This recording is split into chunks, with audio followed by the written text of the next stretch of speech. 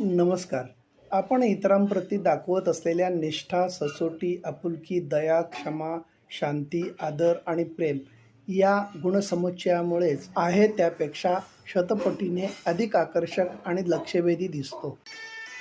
जिथं दुसऱ्यांची निंदा करण्याचं काम इमाने इतबारे सुरू असतं, तिथं आपण अजिबात थांबू नये. कारण आपण तिथून उठून गेल्यावर हमखास आपला नंबर लागू शकतो. पोपटपंची आणि कावळ्याची कावकाव या दोन्ही गोष्टी तशा निरर्थकच. जिथं संवाद असतो, सुखदुःखांची देवाणघेवाण असते, आपलेपणाची भावना असते, तिथंच खरी नाती रुजत असतात. गैरसमजुतीचं भूत एकदा मनावर बसलं की लोक बोलतात ते ऐकू येतंच, पण जे बोलत नाहीत ते सुद्धा आपल्याला ऐकू येतं. आणि सुखी समाधानी जीवनासाठी ही गोष्ट फार घातक असते. म्हणून गैरसमज होणारच नाहीत याची दक्षता घेणं गरजेचं असतं.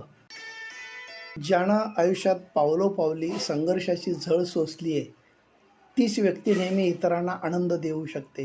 कारण आनंदाची किंमत त्याच्या एवढी कोणालाच ठाऊक नसते. हमेशा जीतने की उम्मीद रखनी चाहिए, क्योंकि किस्मत बदले या न बदले, वक्त जरूर बदलता है. धन्यवाद.